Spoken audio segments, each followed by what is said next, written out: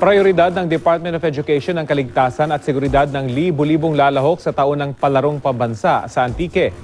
350 million pesos ang kabuang budget na nakalaan para sa palaro. Balitang hatid ni Mark Zambrano.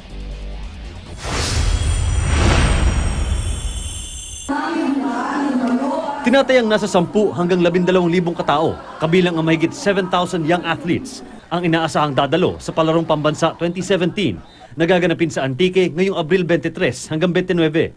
Kaya naman puspuso na ang paghahanda ng probinsya at tanging ang oval na lang ang kailangang kumpunihin. Prioridad din ng Department of Education ang kaligtasan at seguridad ng mga manlalaro.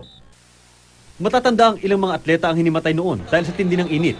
Maglalatag din ng Quick Reaction Force at Police Post sa loob at labas ng lahat ng playing venues at billeting quarters, ang PNP at AFP sa Region 6. Pinag-usapan po doon hindi lamang po yung seguridad ng mga bata sa oras na sila'y makapasok sa loob ng lalawigan ng Antique, kung hindi rin po oras na dumaong po sila halimbawa sa Iloilo, Aklan, yun po kasi ang mahigpit na utos ng aming Mamliling Briones, siguraduhin sila ay ligtas. 350 million pesos ang kabuuang budget para sa ka-60 palarong pambansa ngayong taon.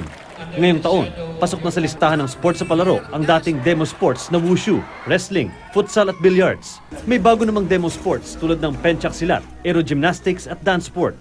Those who really are into sports can specialize in it even as they are still in high school. I think we also have to remind our people that you go into sports, it's also very lucrative, very satisfying, and a very honorable pursuit. Mark Zambrano, GMA News.